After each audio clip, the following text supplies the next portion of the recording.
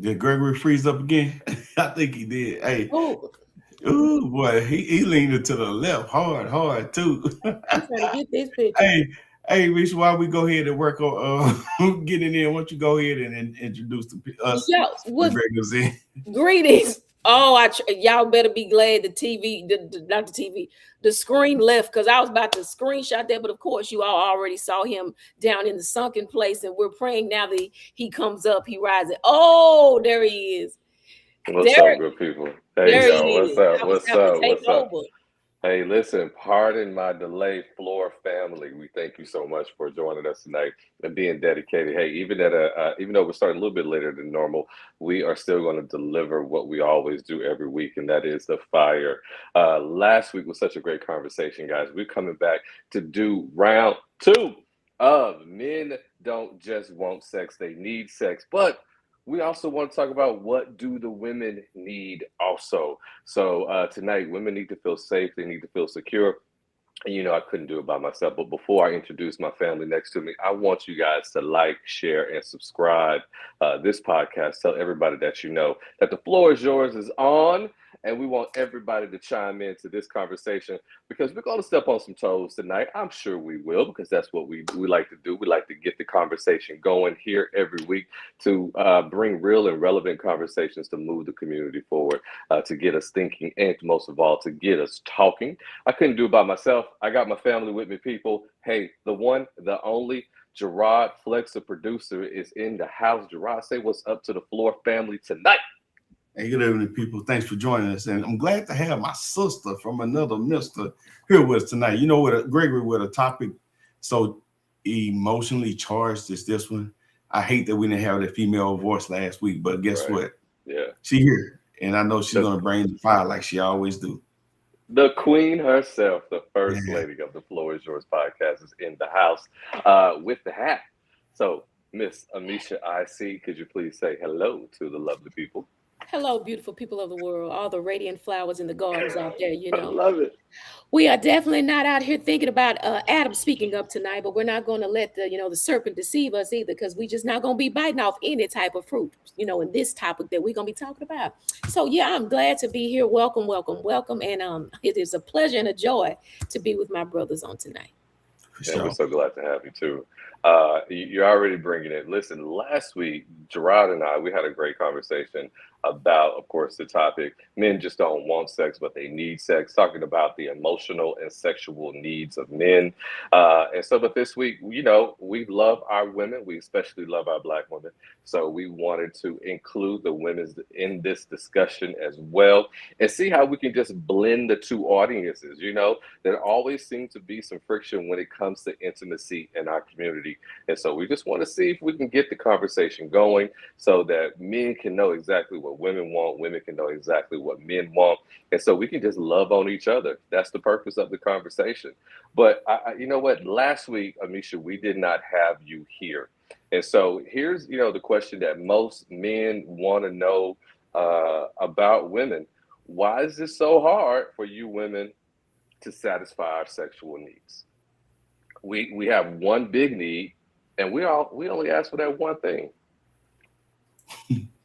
Talking about put people up the spot, man. Come on, brother. I You love you I'm said I'm asking for other people, not me. I'm asking for no, no, everyone no, no, else. but you asked it, so you didn't get other people. Now you didn't say Johnny wanted to know. You said we, because you said that mean you in there too. So you said, why is it that we can't? Y'all just have one. One major need, and why is it a struggle for women to satisfy that one need? That it ain't even that it's a one major need, right? That one major Hmm. need. Y'all got a lot of needs, right? A lot Hmm. of them. And if Hmm. that is the most major need of it, I'm just gonna be real with you. You suckers would be deprived of nourishment of the punani. I mean, it. if it's just the need. Um, why do you need it? And why do we deprive? If we deprive, let me tell you, let me go for me.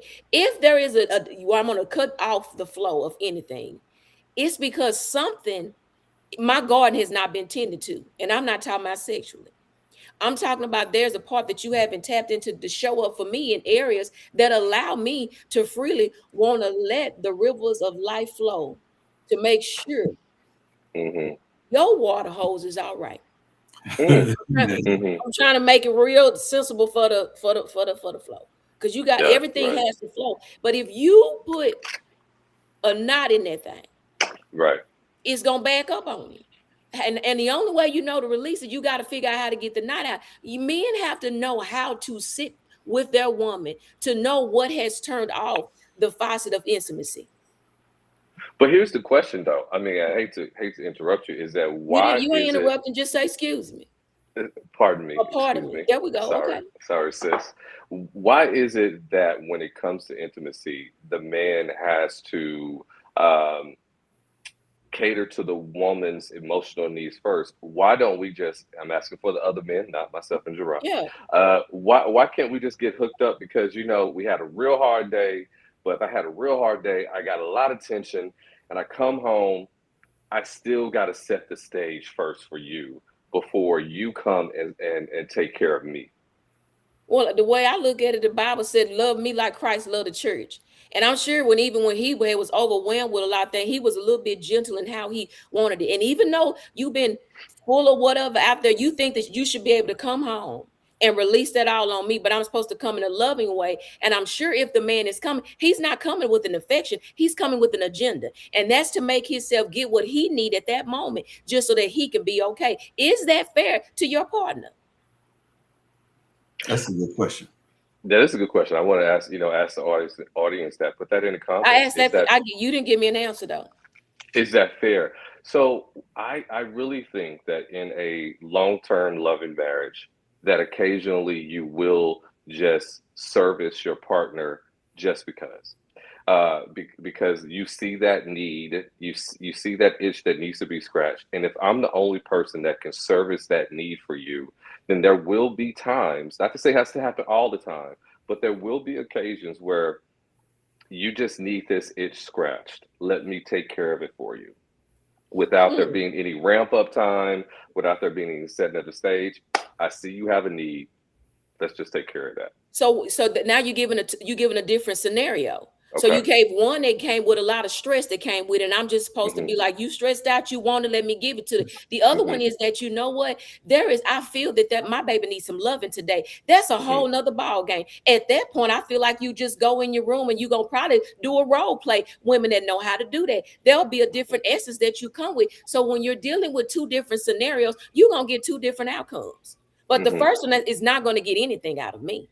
It's gonna make me just probably say, let me run you some bath water, see if you can de-stress for the day, and then you maybe need to, just rest your mind. But it definitely doesn't make me want to present sex as an option to say, that's not of service. That's just let me give him what he need right now because it's gonna make him better. But how does that include me in this needing each other to serve each other? Because we're not serving one another. So I was going to ask, even in that scenario, is that dehumanizing to women? Do you?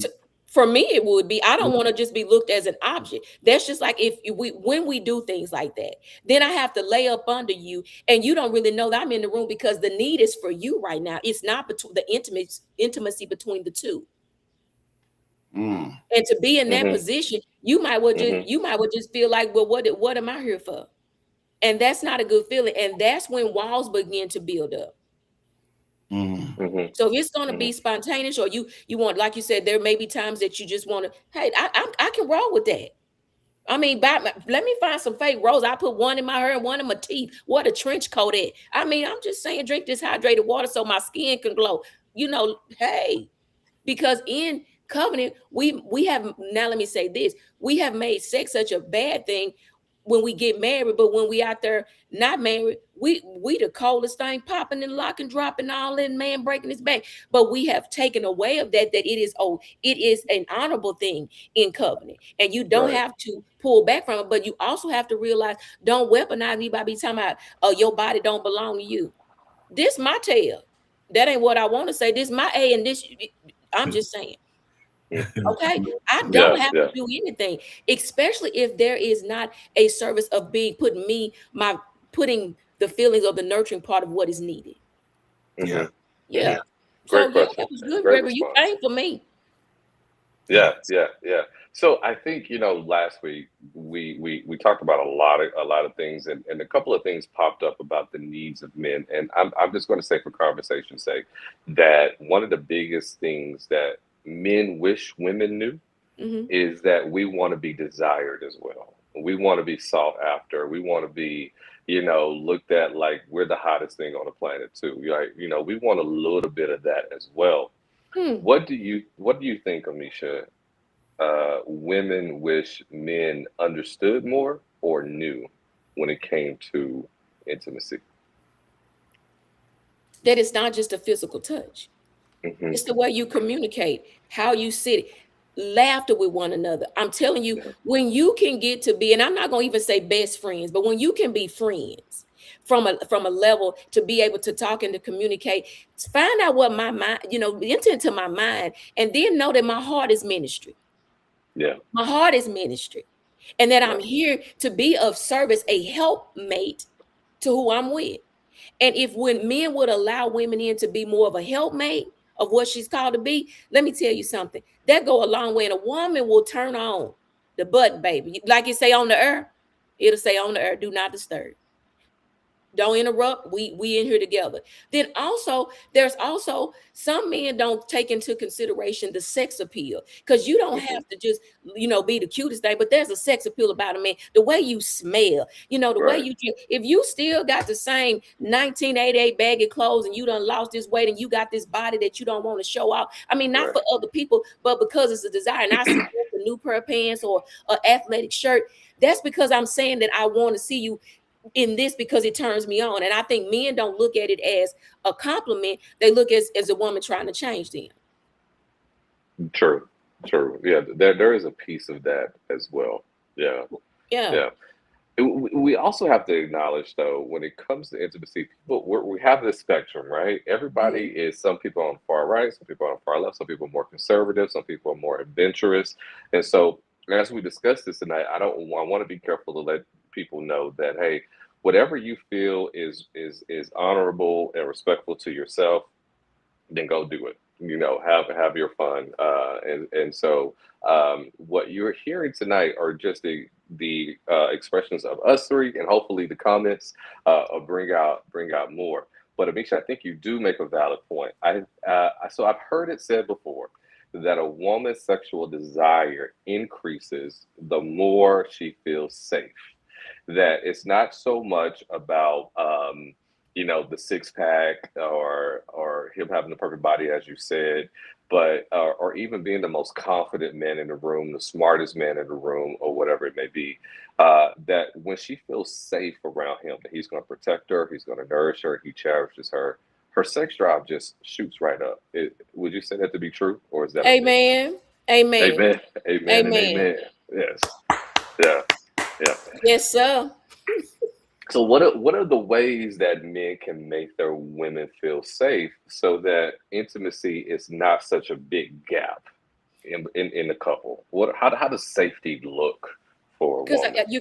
I would say safety, but I think to when if men would get more to that, being able to be attentive, to Okay. tend to, um, because you can feel safe with somebody but still not feel seen, Mm-hmm. Mm-hmm. because they're Mm-hmm. going to make sure everything is going to be good, around you, and making sure these things. But I need you to see all of me. And when you can really sit with a woman and you can value all of her in every capacity, whether she's stronger in some areas than you are, or she may be fragile in some other, it's about, I feel, the way you balance her in the way in who she is. And when you're able to see that and be able to talk with her, it just begins to be, for me, it's just being able to tend to me. And I need to know that if I do have a moment that is just a little bit off, do you see it enough to show up and say, babe, come here, I just want to hold you. And it don't even have to be where we have intimacy as far as sex, but the fact that you took enough time to really put me in your arms, to let me know that you see that I'm hurt, you see that I'm stressed, and all of these different things. All of these things right here add to that. So if men would just be more attentive and just be tend to the woman, because there's a place that needs to be tended to, because we do carry a lot. Yeah, yeah, yeah. You definitely do. And so it's been said that, men, we think in boxes, right? Hmm. So as we go about our day, we're able to compartmentalize what happened at work, happened at work, what happened at home, happens at home. Women tend to think in connections. And so if she can have a promotion, she can get her favorite car spot, she got, her favorite coffee, but if she comes home and her child is sick, then she's not happy because everything's woven together for a woman. Men could have a terrible day at work, have a flat tire, but come home and still be ready for sex. A woman can have the same events, but because of all the events, she's not ready for it. And so, as you said, we have to be a bit more connected to the way she sees life more than how we see life, because we can like compartmentalize. I don't care what kid is sick, I still want it. They'll be all right. Well, then, let me see. And yeah, Hmm. Candace, baby, you're free. We're not judgmental here because we once was giving it up and wasn't married either. Okay, you good. That's my look to it. It's something that you said that you said men can go through the day, that everything going on, and then when they get home, they still want it, even if the sick child is there. So once Yeah. again, it goes back to the men being attentive, but being aware of what the atmosphere is. And when that atmosphere is a little bit off, if you nurtured it, I promise you, you helping tend to that sick baby, get everything kind of settled, even though it was a bad day. I promise you, you wouldn't have to worry about her, that you wouldn't have to ask for nothing that night. But it's the Yeah. lack thereof when you don't show up. Then she like, no, you know what? I had a long day at work. I had some things too. We may have had it in a different span, but we share this responsibility together. And if Mhm. we don't collectively handle it, you get to go and take your bath, do everything, and then it's wee hours of the night, and I've got everybody settled dinner, and then you think that you get to tap me. I tell you what, you get some flannel. Yeah, that's good. That's good. Gregory and Amisha, that's part of especially Western culture. There is this hierarchy, if you will, that says that women are supposed to tend to a man regardless of what you need. And some of the scriptures that have been taken out of context, one-liners that are used to shape entire understandings. And that one is that your body is not your own. And it talks about also in scripture on how to not deny yourself, except for if you're, having to deal with some necessary issues, but quickly rekindle. And that stuff is all true, right? But it doesn't take away again from the title of the topic, or the topic of the show is that women need to feel valued and safe. And not just because I can give you, I can supply this thing that you need. Yeah. Because let's go here. Because if this thing is not able to give it to you, something goes and it just can't. It's just you can't get it. How does that change the dynamic of how you gonna keep me safe, see me, value me, and keep me protected? Yeah. They say, Yeah. If it's real love, it shouldn't change. If it's But what real, I'm saying is it shouldn't change. that may be true, but when we're doing our dialoguing together, and you say men need something, and if they don't get it, they're just all over the place. But what happens when you can't get it? Yeah, and that's true. And that's vice versa with women too. If Yes. we were going that way, but if you couldn't get it, does that change the dynamic of the posture of your heart towards me? The vows you took to be there. I mean, you may be saying no, but I'm just saying, what about these situations? Because we can look at it one way, but what if life changes something? Yeah.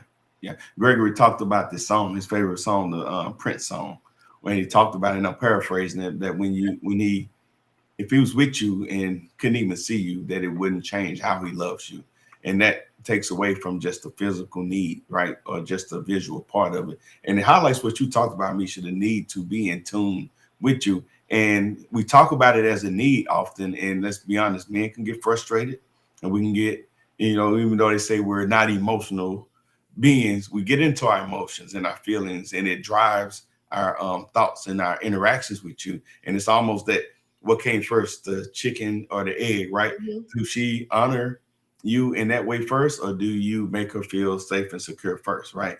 And if you think of it that way, it almost becomes transactional, which is unhealthy in a relationship in the framework of the Christian marriage. And not to get so religious at the point you talked about earlier, loving your wife like Christ loved the church. I think that charge is for men to lead the way.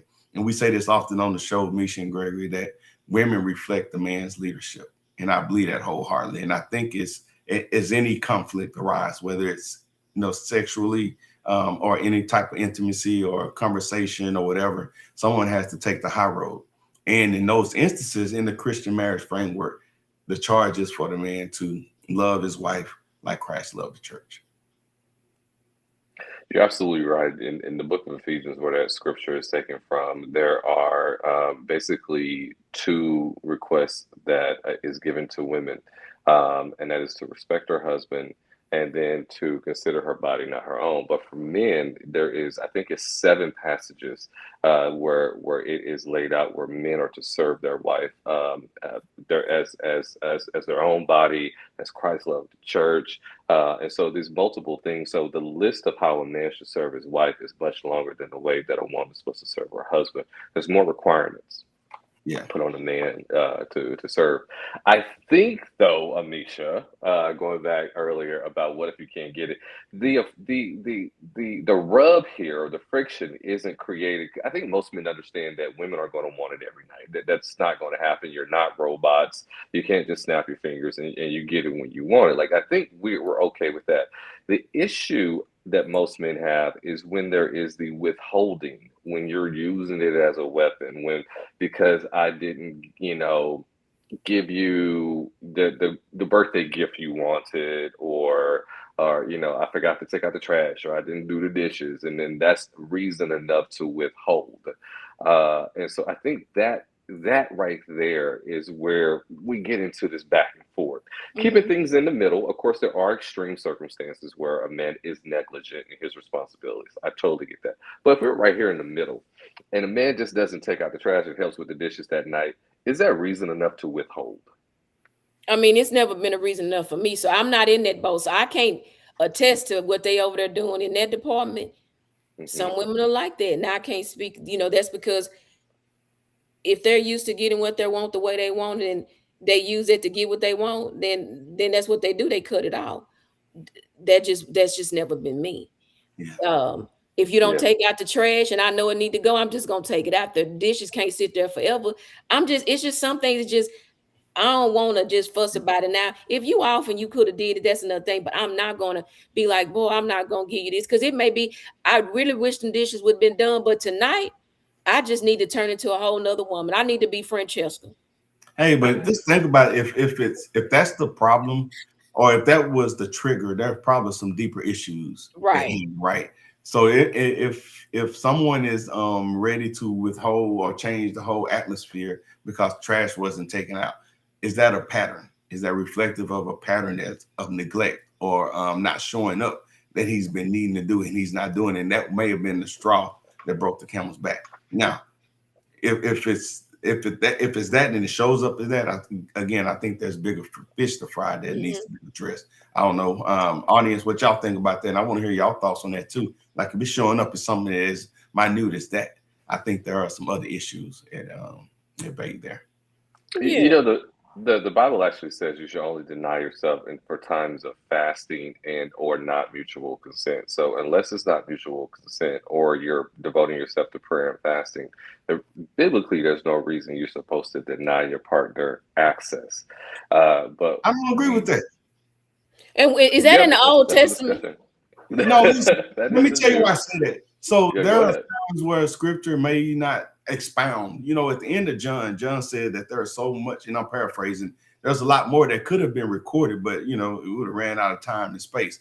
And I'm saying that to say that there's also the Holy Spirit who was sent after Jesus left, after the disciples, who would teach us and guide us in all things. It's not just what went on in those days, but even how to interact with each other in current times. And I say that because you're right, scripture does say that.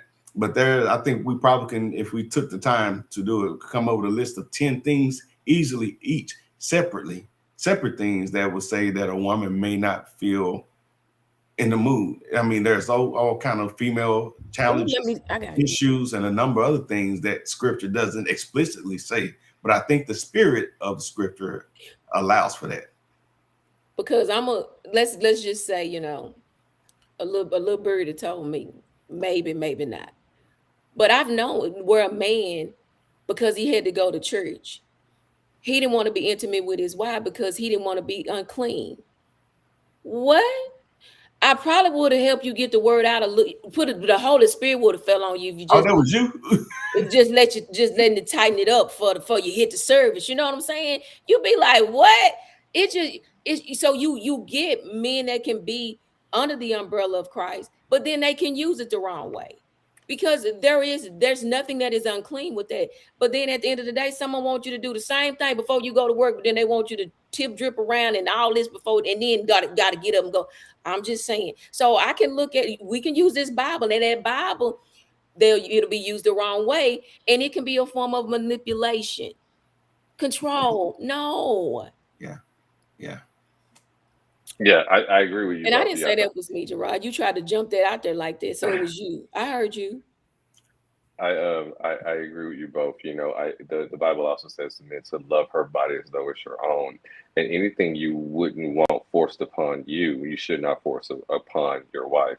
So that makes it clear that anything that makes her feel disrespected or not honored or not appreciated should not be done, because you would not want that done to you, Yeah. men. Man. Yeah, so absolutely, completely. Hey, so let's go to a commercial break, and after the commercial break, Greg, I know you got a lot of good I stuff. do. I'm saving the best for after. I'm talking about sex after cheating, and how do women respond when the man refuses to give it up to them? How do you feel about Yeah, that? but What do you this, withhold? What did he say? I don't know, but listen, just to make sure we keep it also, I like those topics, but keeping with the theme of it, women need to feel safe and secure. I know you got some nuggets on how to achieve that goal in your relationship, because that's paramount, right? I don't care how, healthy I am as a man and what I provide as a man when it comes to, housing and financial support. That part I think is key to the woman being, and it's important, in my opinion, for men to understand that part of it. So I want to make sure we also address that too. So Okay. yeah, let's go to commercial break, and we'll come back and continue the discussion. Hold that thought, y'all. Uh,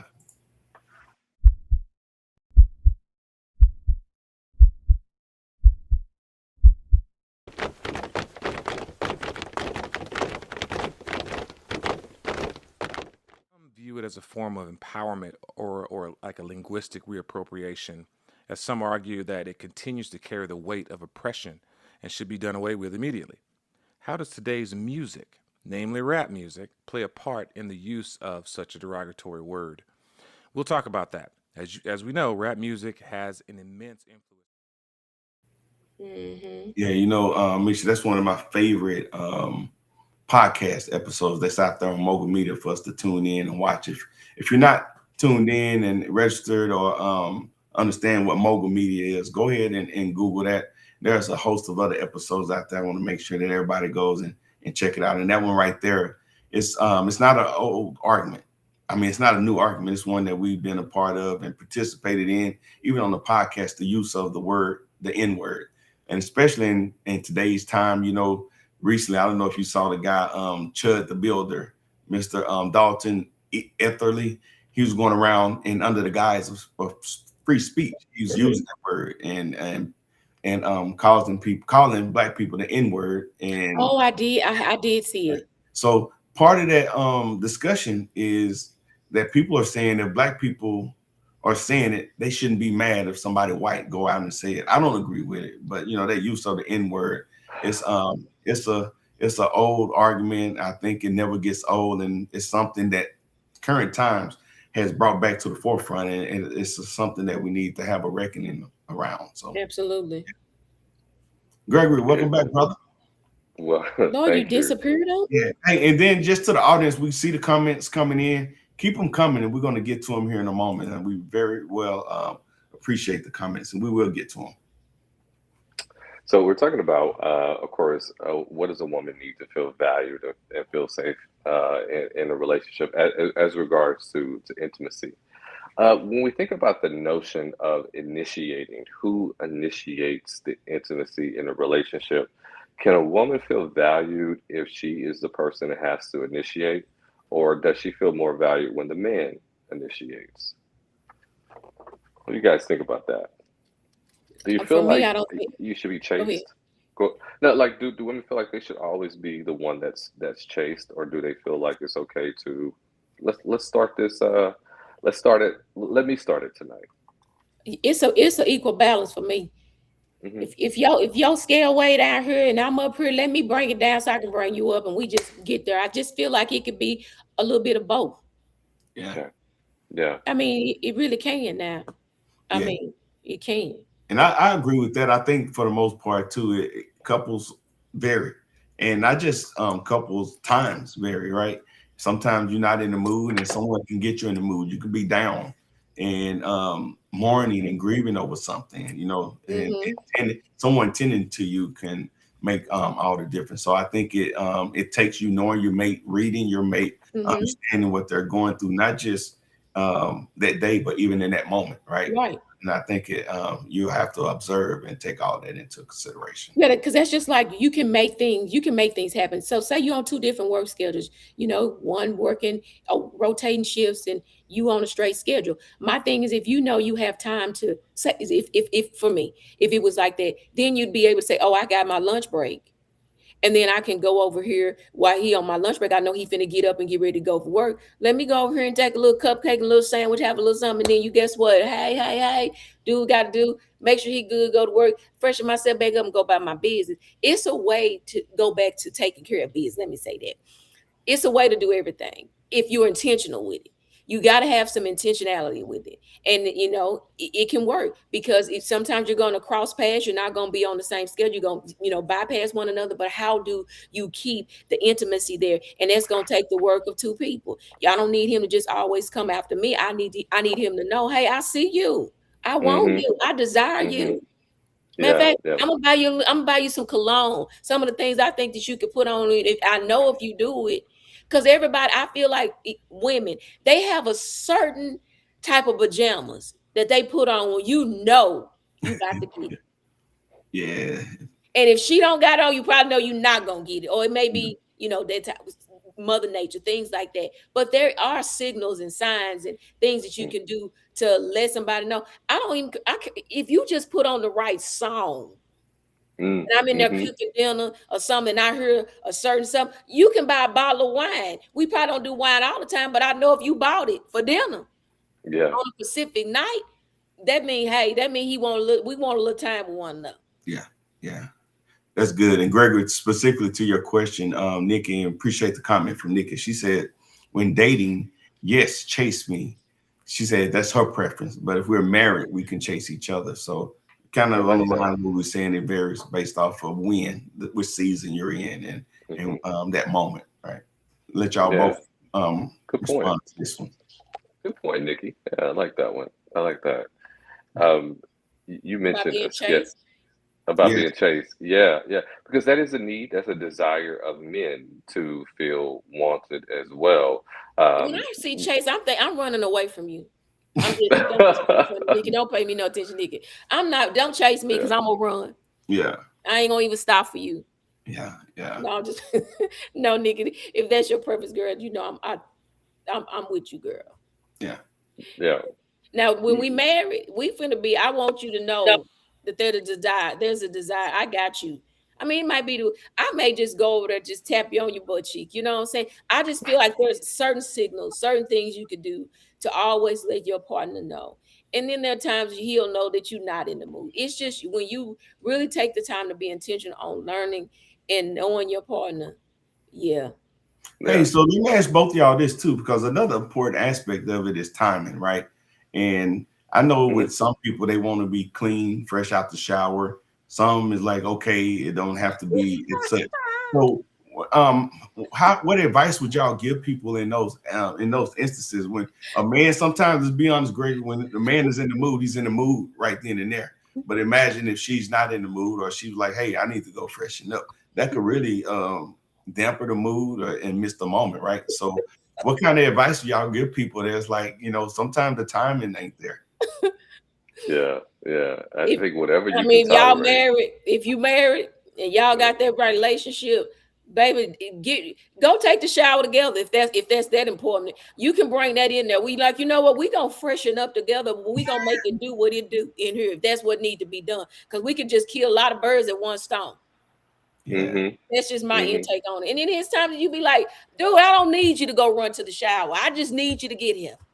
hmm Okay. Yeah, yeah. Look at Ron. That's what I said. I did say tap the Yeah. brakes. What you think about that, Gregory? Your thought or advice in those instances? About like with body odor and things, there are some people that they're very sensitive to odors. Some people aren't. It depends on what your tolerance level is and your comfort level is with your person. Because Man, I guess I you're didn't gonna miss wake up some mornings and you both got morning breath, but the feeling is there, and you know just get it from the back. You ain't got to breathe in each other's face. Man, this is an adult show, and I can appreciate that right there. Right? sometimes you don't want to quench the spirit, as they say in the scripture. Yeah. Yeah. I'm just saying, it's way, just turn over. Keep a breath mint on the side of the bed. Sleep with gum in your mouth. Just don't get it in your hair. Yeah. So let's Now, go. y'all know this is the floor is yours, and we do try to bring some humor to it. I Yes. mean, don't take everything serious and want to throw all at us. I mean, just take what you need and apply it. So let's go through a couple of these comments, and then we'll come back and let Gregory continue the discussion. So Greg, what you laughing at? I So, just got a lot of things running through my mind right now. the descriptive right here, man. So Candace is saying, ma'am, she was agreeing with what you were saying. Hey, Candace. So appreciate Candace for always tuning in. Yeah. She said, true, I would give an example, but I'm not married and I plead the fifth. That's a acknowledgement of some trueness and some realness, that everybody's North Star is not the same. Everybody's vantage or viewpoint on this is not the same. We're non-judgmental mental people. And what you say earlier, Misha, there was a time when you weren't saved and you was No, baby. I'm with you, Candace, baby. And I feel like who? I could write a book, but I wouldn't put it out there for the people that's in the world. There'd be too much problems for them. Yeah, what you got, Gregory, on that?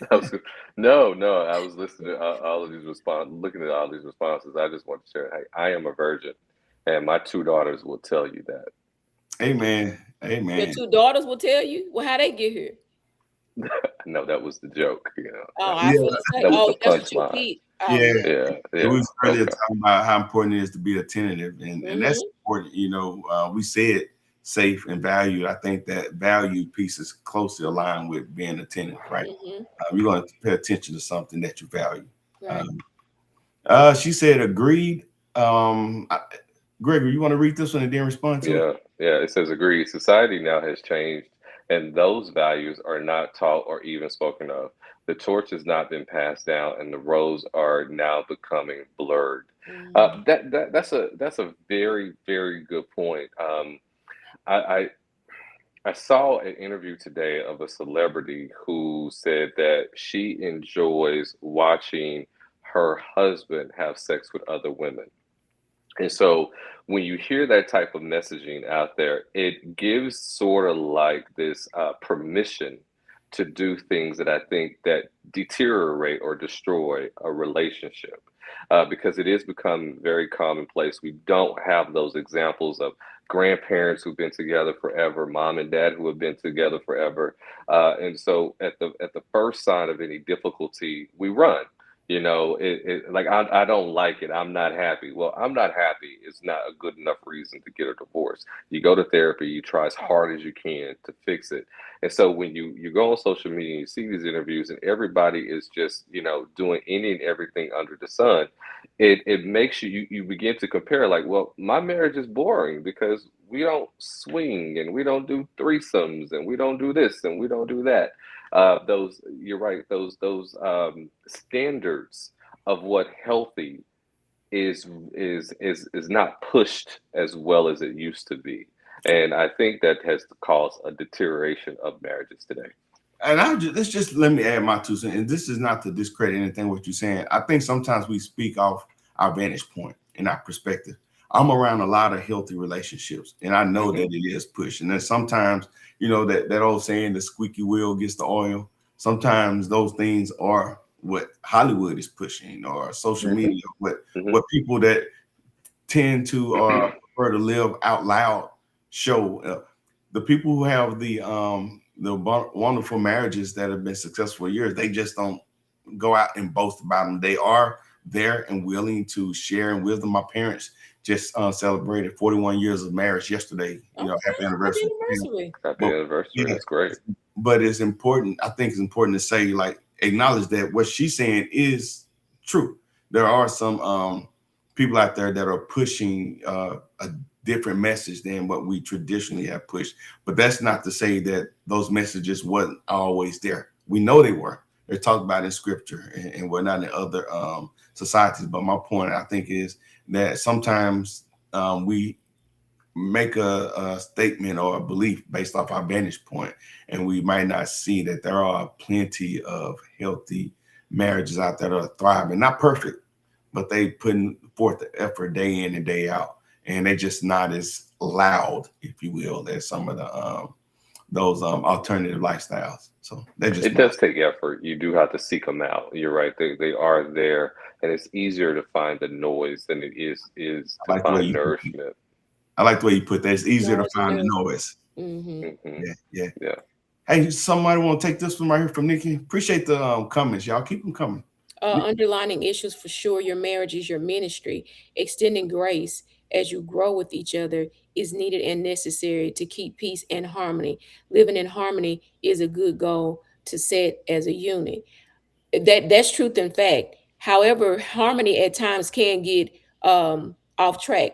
That's just like the music that you play. If a record gets scratched, the harmony is off balance, and you have to be intentional on how you do it. Even in the event that the harmony is disrupted, how do we navigate back to the place of harmony?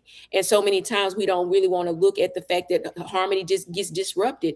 And if we don't look at that, not that we're looking for it, but we ought to know that it's not going to always be a smooth symphony. And so when something is out of tune, how do we go back and fine tune it to get back to that place? So if we got underlying issues, we need to do that. And marriage is ministry, but I think, however, what I think is the problem, we don't do personal ministry first so that we come together to be whole to minister together. Come on, Misha. And if we do that, then the ministry, I believe, comes together. And the harmony definitely will find its rhythm. But if we don't know how to minister personally with our own hearts, then we're already irregular. And we have done that. We get with people, we get in marriages, and one may be stronger in the personal heart ministry and get with somebody that's not. So we already out of harmony from the beginning, and we get together and we want the harmony to show up. Yeah. And then when it doesn't, then we have this turbulence. But I do agree with that. Harmony is a good place to be, because with harmony, I looked at the definition. There's respect there. There's all these different things that come with harmony. So it's just not always smooth, because if you lose respect, the harmony's gone. If I don't feel like you love me, the harmony's gone. And if we don't get those things back in proper place, then the harmony never shows back up. That's good. Gregory, what you got to add to that, brother? Yeah, I hate to segue from intimacy, which is the topic that we're talking about, but marriage is your ministry, and what you will learn over the course of long-term marriages and relationships is intimacy will always be a desire, but you will find that harmony is really the glue that keeps you together. You can't have sex 24 hours, 7 days a week, right? And so you're going to have times where you two come together as partners and do life together.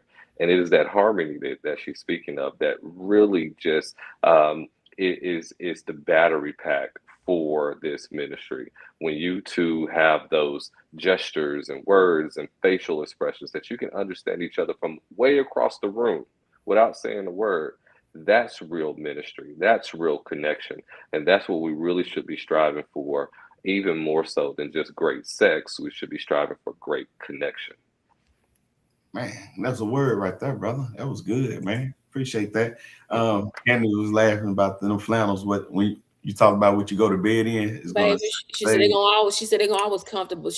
They kept her comfortable no matter what. Yeah, come on, baby. Yeah. You know, that's the joke, that you know what mood she in based off of what she go to bed in. Yes. So sometimes there's some truth to that. I'm gonna let Gregory, you want to take this one from Nikki? Yeah. Hygiene is a priority, people. It is okay to tell your partner, hold that thought. Wait a minute. I will be right back. The quickest shower. Ranch off. That's a Misha word. Ranch off. Ranch. You let me help you say it. It's a ranch off. Thank you. A bird You got it. bath and its own. You just wipe the hot spots and you keep it going. It's called Uh, PTA. yeah, yeah, yeah. Hey, sometimes the feeling hits when the feeling hits. Yeah. And I'm willing to help him with his hygiene at that moment. We gonna get in there together. Hmm. I can watch his back. Yeah, Yeah. that's good. That's good. Couple more before we get back to Gregory, but it says agreed.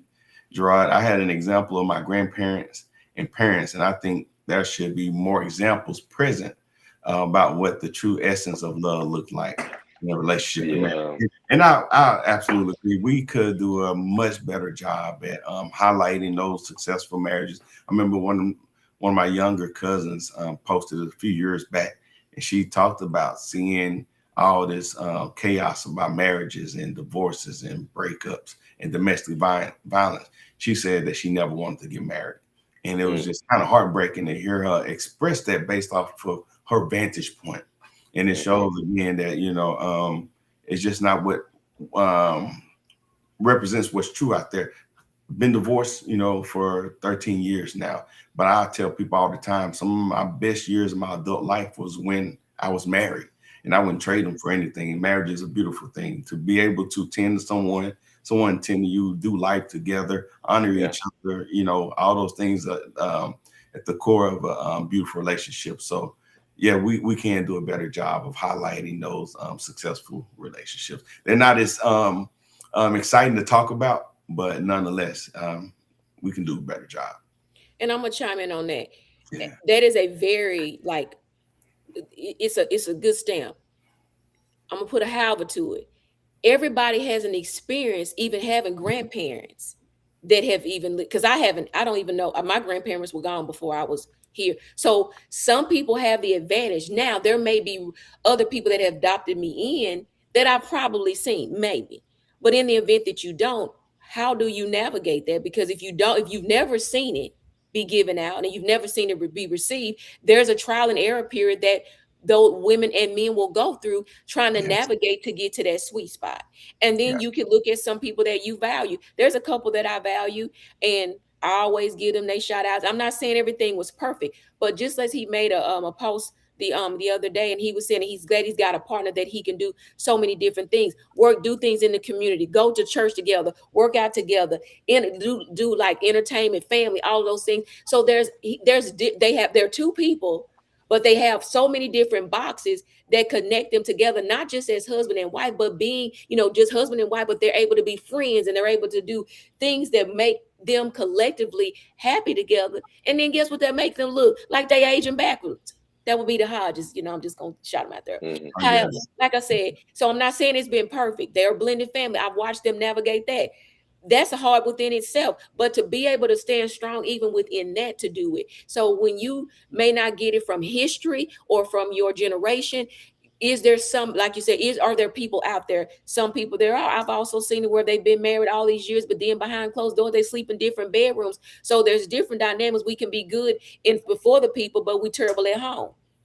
Yeah. So but going back to healthy examples in front of us, if you're able to have that, I want to stick with that, to see it in your family bloodline. Let me tell you something, baby, that's richness that's wealth. Good wealth. Yeah. And to Gregory's point, sometimes you got to be intentional and seek those things out too. Yeah. Like we seek out our favorite shows or basketball game or other hobbies. Yes. They're out there. You just need because I didn't see it don't mean I don't want it. Yeah. Don't desire it. Yeah. Gregory? You hear me? Yeah. I think we also overlook that marriage is supposed to be hard. I think we have gotten into this place where we think marriage is supposed to be this happily ever after, and it's going to be a cakewalk. But the purpose of marriage is to be a refining process where now you partner with someone so they can help you to be more Christ-like, because they are able to see you in a capacity that you are not able to. So, for example, I live in this body, has been in this body all my life, but I've never seen my back. But once I'm married, I have a spouse that can see my back. Never seen your meaning, back? you know what I mean. I've never seen my back. face on. Like I've seen it in the mirror and that kind of thing, but I've never seen it, directly. So meaning that when you get married, you have a partner that's able to see you in places you're not able to see as clearly as you think you do, right? Even though you're living as yourself, you're doing life the way you think you should, they're able to offer you a different perspective. They see you at a different angle. They see you at a different vantage point to say, here's a way that you could be better. Marriage is a refining process, and we should find a partner that is willing to do the work. We all come with baggage. We all are going to bring our issues. We all are going to bring something, but you know that you found a real one when you unzip that bag and you show them what's in those bags, and they say, that doesn't scare me. I'm willing to help you with that. That's how you know you found a real one. And that is what marriage is. I'm unzipping my bag. I'm showing you what I'm carrying. And for you to say, that doesn't scare me, and I'm willing to help you with that.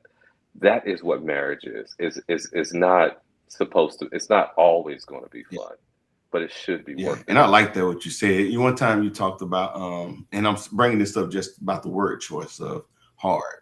One time you talked about, you stopped saying relationship work, and that's the effort. I'm gonna say not hard. I'm gonna use the word challenging. It can be challenging, but you're right. Because hard, man. Sometimes, you don't want that all the time. You don't want hard challenges for you, though. It's not just like you said, going to be a cakewalk. So, but good message from you both. Hey, so now, Greg, we got about 10 minutes. So I know you had a couple other topics you want to get to before we move on. I do. I was, I'm always interested when it comes to sex and recovering from sex, because, we're going to have these high moments and low moments within our marriage at times. So speaking about how a woman feels valued, she feels appreciated, which is what we're talking about tonight. Intimacy after a betrayal, intimacy after infidelity. How do we recover from that? First off, for a lot of women, I do know that that's a deal breaker. So I know a lot of women are already like, well, I'm not working through that. Y'all the streets can have them, right? But there are a lot of people that do recover from infidelity.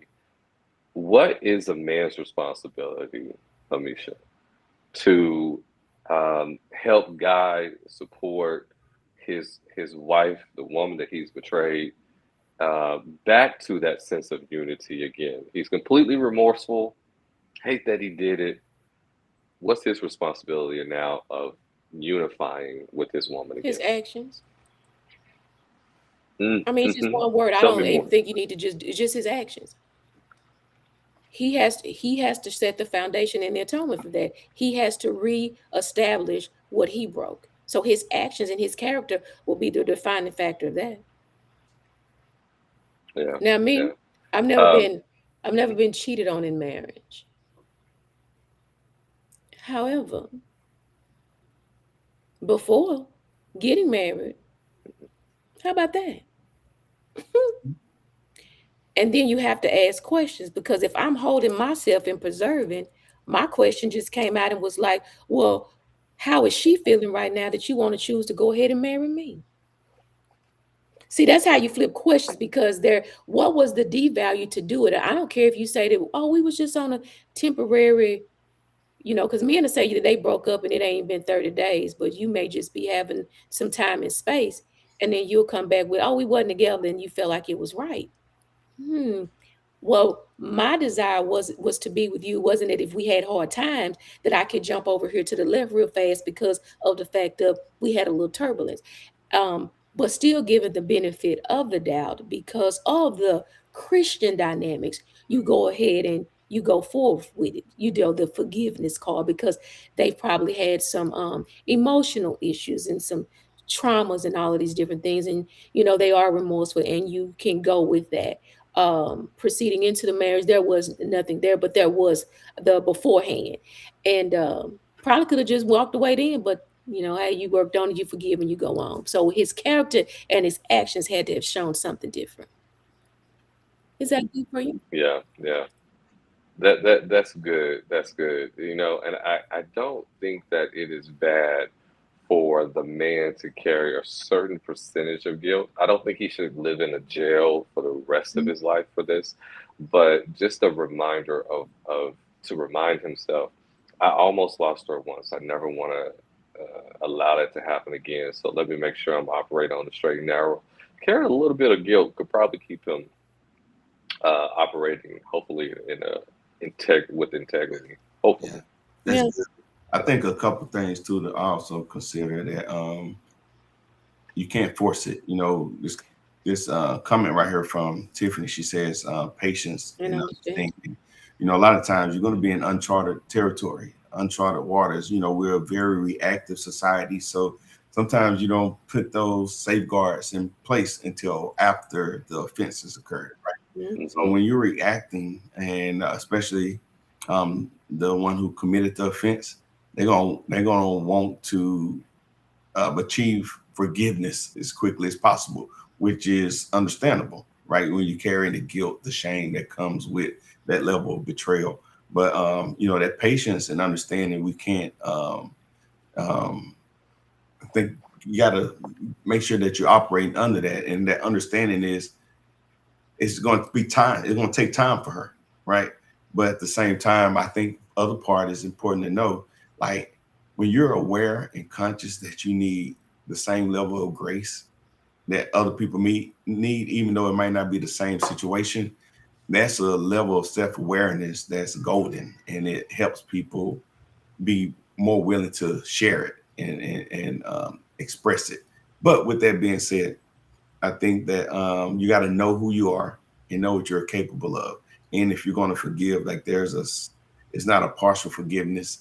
It's not a kind of forgive you, but I'm going to have my good eye on you the rest of our life. Like, you know, that you got to understand too, if you get back in a relationship and that trust has been broken to a point that it's not going to be healthy, do you even want to stay there? And that's some things I think people need to take into account. To think that, hey, it's going to be like it never ever happened, which is not always the case. So just some other considerations I think we got to take into account. I like that. Yeah. Yeah. Good stuff. Good stuff. Hey, one last question for you, Amisha. So, men, we have to take these ego hits when the woman says no to us. Um, but does it hurt a woman's ego? Do you think it hurts a woman's ego just as much when men refuse to have sex, when like it does with us? Like, does that do anything to a woman's psyche? You think if a man says, "Not tonight, babe. I'm not in the mood."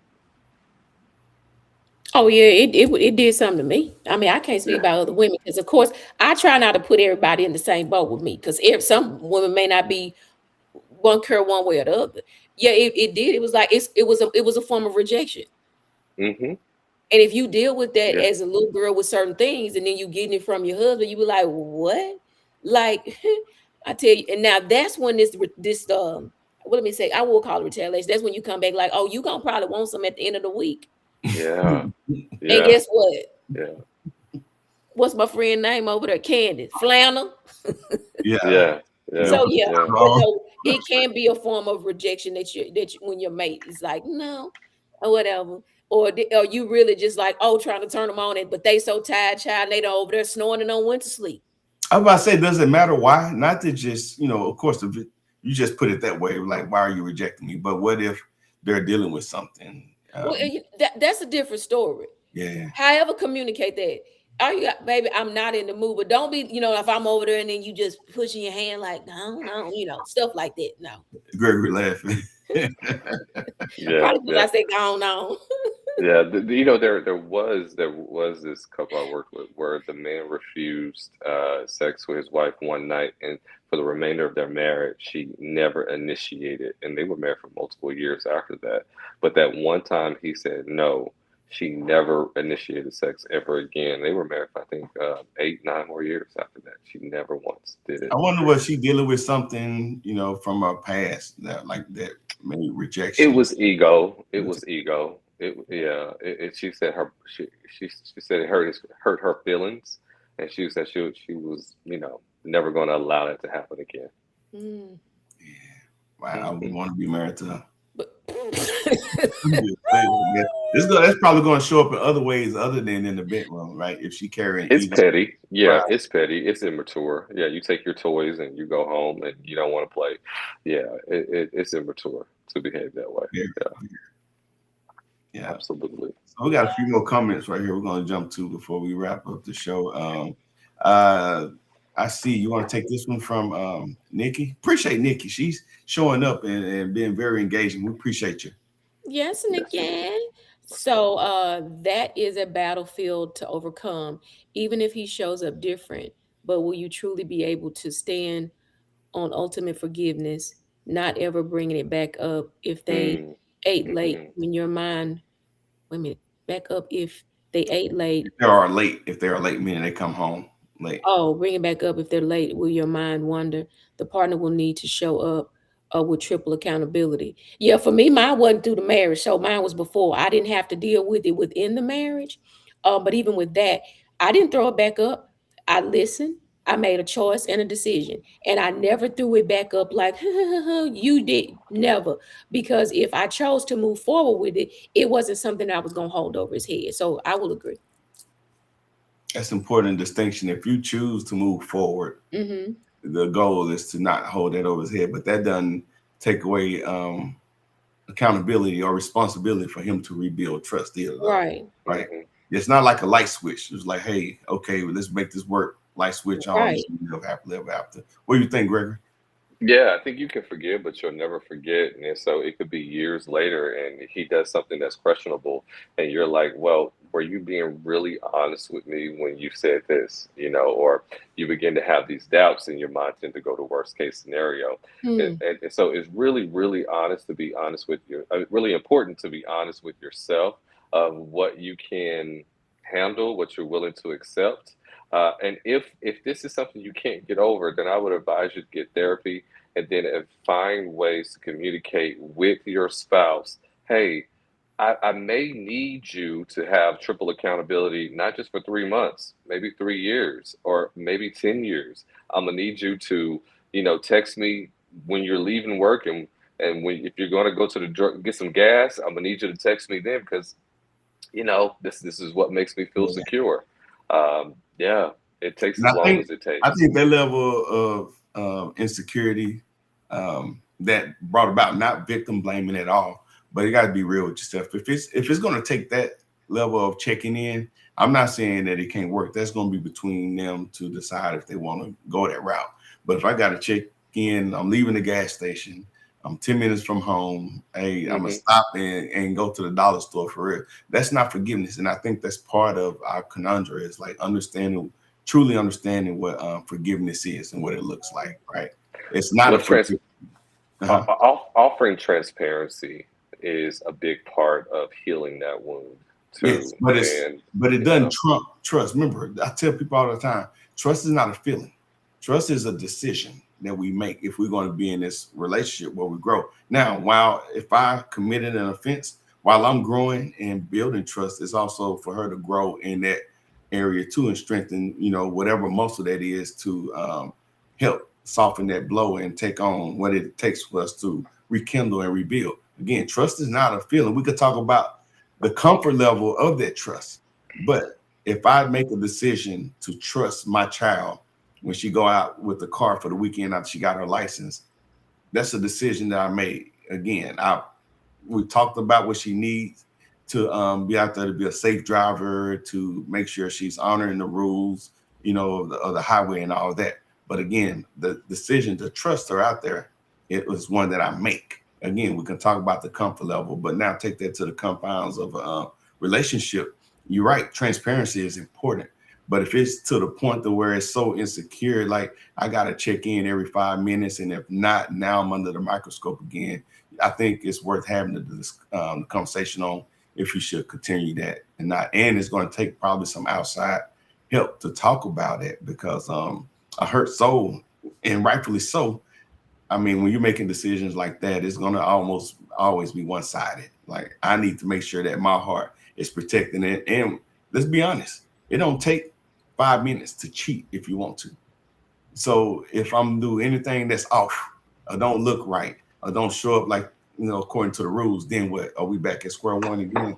That's what I'm saying. I think you got to really consider if that happens, like you got to learn to trust again and make that decision to do it and not look at it as a feeling.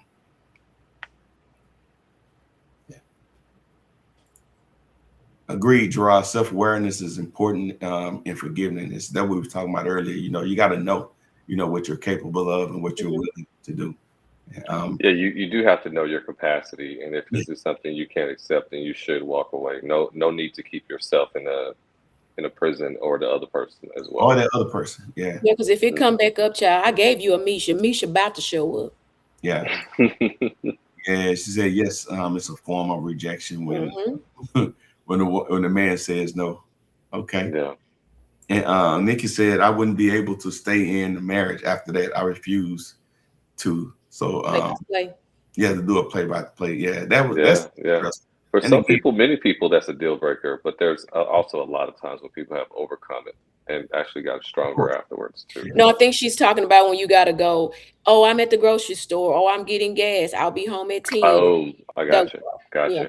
Yeah. yeah. Okay. Turn your phone on, answer it. By the why did it take so long for you? Oh, it's showing that you was on a call. Who you on the phone with? Let me see your phone bill. You see what I'm saying? Like that level of insecurity, it's gonna be like a wildfire, and it's gonna spread to other areas of the life. And at some point, you gotta say, is this even worth trying to? Yeah, let me smell your neck. Hygiene is important. Yeah, Gregory, we'll let you take this, and then I'm gonna let you wrap it up with some parting thoughts. Sure. I would forgive him, but move on. Cheating says a lot about a person's character. Having integrity sets the tone. Well said, Nikki.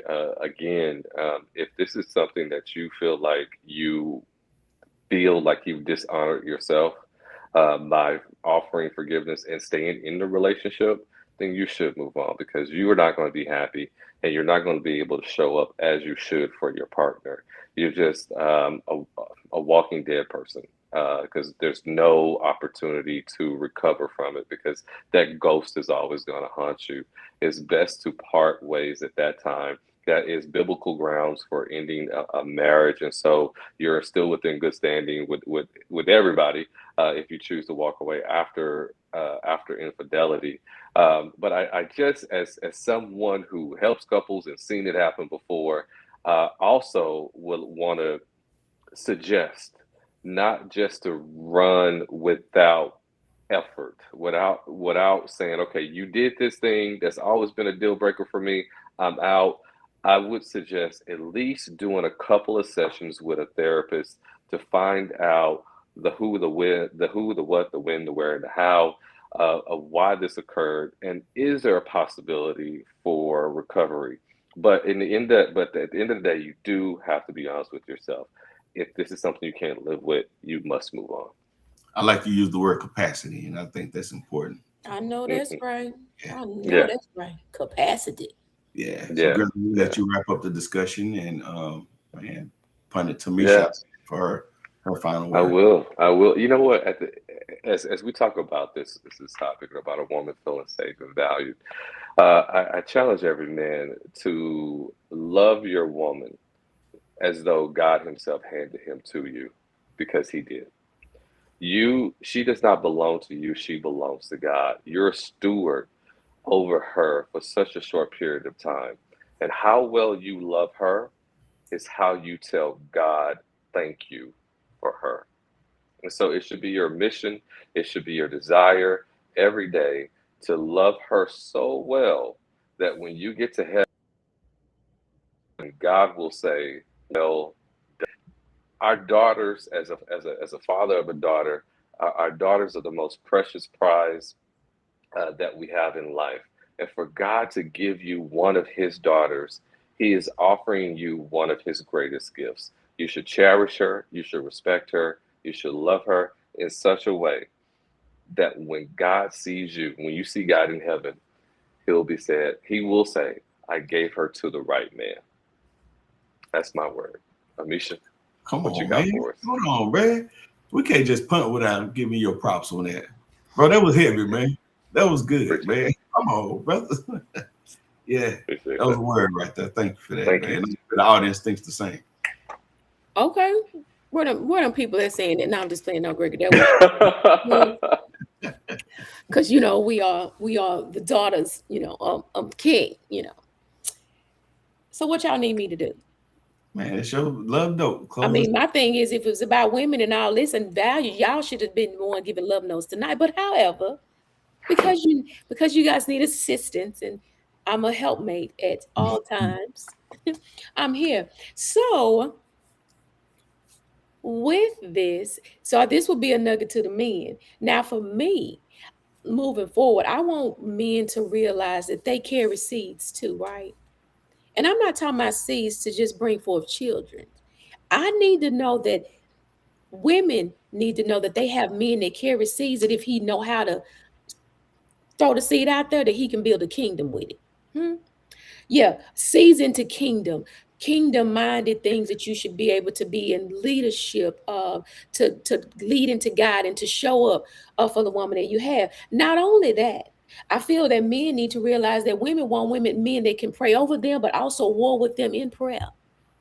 See, there's a different type of love that you want in different things like that. And then to really understand that it is about serving each other, not just getting your specific needs met, that we serve each other. And when we serve each other, that means when we have a fire, like a dinner, we gonna ask what the entree gonna be. We gonna what kind of salad, the dressing, all of those different things. And then we set the table in the atonement and we put the fine china down, we put the candles on. You are now in a serving position, right? And so if we keep those things at the forefront, I believe men, if they tap into the most intimate part of the woman, that she's not necessarily always looking for the provision and the protection. She needs to know how well we are when we are together and how you're going to take the time to handle me like like an expensive teacup. Okay, so I don't want to just be a trophy that you put on the shelf to say, oh, she look good and she can cook, she tend to this, she tend to that. I need to know what is it that I draw from her that is sustainable for me without it being a physical touch of sex, but what she pours into me just by the way she speaks and all these things, which in tune makes me have a better place to be able to be intimate with her. And so that's when the cup will overflow. So I just feel that if you guys would learn to fill up the love tank just right, I feel like it would just overflow without a little bit of hesitation. And that just means being a little bit more vulnerable, transparent.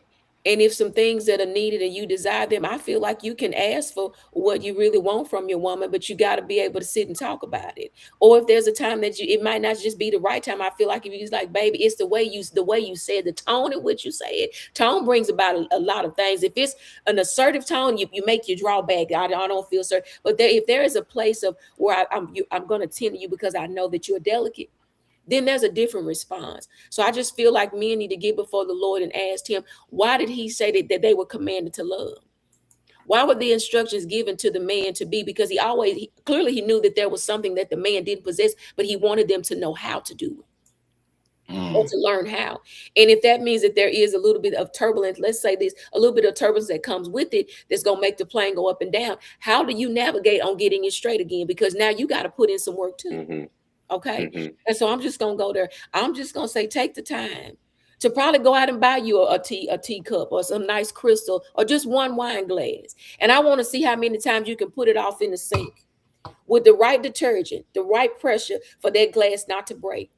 Can you tend to it enough to make sure that it can be sustainable? I just want to know if you can do it for about 6 weeks. If you can, I think you're on the way to seeing something that you're going to be able to do in a relationship.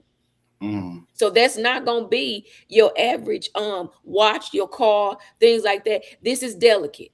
And I need to know how you're going to tend to this, on how you got to handle it, how you got to place it down. You can't just throw this thing around. You can't just let it sit up over there and not have the right, suds in it. Because you want to hear a certain sound when you hit that glass. And when you hit it just right, I promise you, there's some vibrations. The harmony shows up, okay? When you hit it just right. That's all I got. I like that analogy. That's all I got to say for the night, Hey, did you plan it that way? I did not. Hit it just right. I did not. I did not. That's what the Holy Ghost do with me, I heard. He had me showing out. Yeah, and just one quick word for me. One way that a man can make a woman feel valued, Misha, you and I talked about that earlier, is for him to be in alignment with his purpose. Yes. And what do I mean by that? I think a man that is in alignment with his purpose is less chaotic. Yes. He's more structured, and he's not bringing her in to his just mess. right? Mm. And I think that's a simple concept for us to think about when you get a man, get ready to take on a mate, is to make sure that he's in alignment with his Yeah, purpose, that's and good. she's not coming into just a bunch of mess and chaos. Yeah. Yeah, simple. That's good. That's Yeah. good. Man, I've enjoyed this conversation. Yeah, I see you set up, your skin glowing. You look like you got to work. It's always a pleasure every week to sit and to have these conversations with you and to the audience. Thank you so much for watching. We love the comments. Keep bringing the comments even after the show. As Amisha, Gerard, and myself, we tend to sneak back into those comments, and you just may get a response from us as well. So you want to keep the comments coming. Well, no matter when you watch it, the show, if you watched it tonight, you watch it next week, you watch it next year, please comment, and we may just surprise you with our own response too. We Hey, thank you so much. before Thank we you go, so much for we watching. just got one more promo. We got an Oh, upswing coming up powerful. You know, we're in this political season right here. And if y'all follow me on Facebook, you know I ain't short of controversy or telling my opinion and my views on some stuff. You know, one of the things that we're experiencing a lot here in the Black community is infighting. And it's not typical, you know, when you think about other communities, especially our community, who have been traditionally helpful and supportive of each other. You know, we're there for us, we're trustworthiness. So when these things happen where people stab us in the back, you know, for their own advancement, it hits differently in our community, you know. And even with the splintering that's going on right now, you know, you still get almost 80% of the vote, more than 80% of the vote that goes one way to the candidate that they feel is most supportive to the Black community as a whole. So this documentary here that we're working on here at the Floor is Yours podcast is called The Making of a Coon.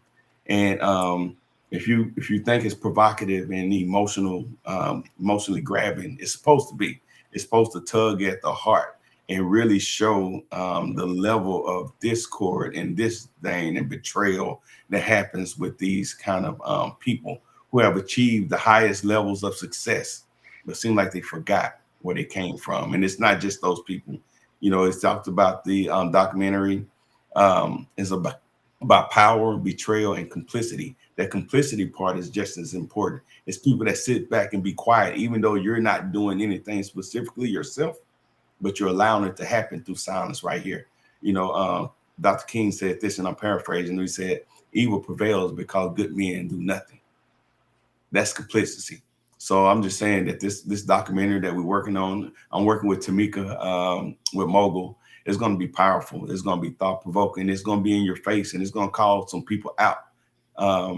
Not by name necessarily, but you know, if you follow me on my page, you know I got a lot of test cases on my own friend list, and they interact with me often. That gives me real-time information and material to talk about. So this is going to be, in my opinion, I'm biased towards me, of course, but I think it's going to be a powerful documentary that really shows us where we are today and how times have changed in this arena where people don't even feel shame about their betrayal. You know, so look forward to it. It'll be coming out a lot of information in the coming weeks and months, and it'll drop here in the next 3 or 4 months. So I'm looking forward to it. I'm real proud about this work right here. But The Making of a Coon is personal, so look for more information about it. I'm excited about that. Gerard, just for people who don't know, could you define coon? Oh man, yeah. So coon is, and I'm gonna keep it light because that information is coming.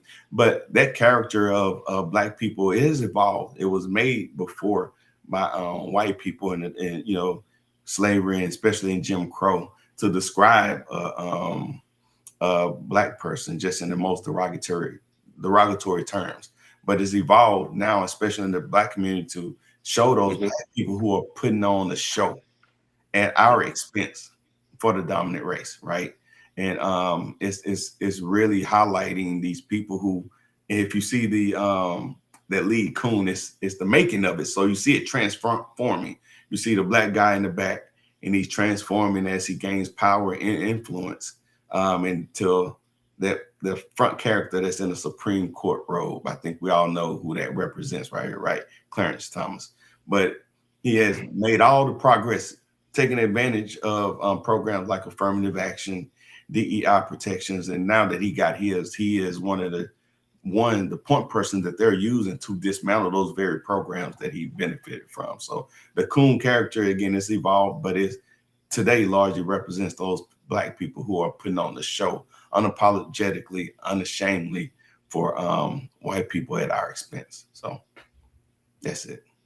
Yeah, we still got a lot of work to do. No matter how far we've gone, we still got a lot of work to do, and hopefully, I don't know. It's a challenging conversation if we ever will find the unity that we had that our parents and grandparents had. I don't know about that one. I don't know. Because now we're in different spaces and different places now. Yeah, we're gonna do our part. Man. Yeah. Wow, this has been a great show. I've loved it. It has been a great show. I'm glad I was able to grace you guys on tonight and to you know what? We wouldn't have wanted it any other way. I bring out the best in you too, and it just makes my heart smile. You do that. There's no exaggeration. Yeah, we really appreciate you, Queen. We do. And who we also appreciate is everybody that watches every single week. So thank you so much. We love you, Floor family. And we hope that we continually will bless you guys with all of these conversations. Be here next week again for another powerful and exciting conversation. I'm sure we're going to bring the heat always, as we always do. And so, hey, don't forget, like, share, subscribe, tell everybody, their mama, their cousin, your daddy, your sister, your brother, and your pet dog that the Floor is Yours podcast every Thursday. Tell everybody. But guys, we love you. Keep the comments coming. And until next time, peace, love, hair grease. We out. Need another, this one here really do it for you. Baby,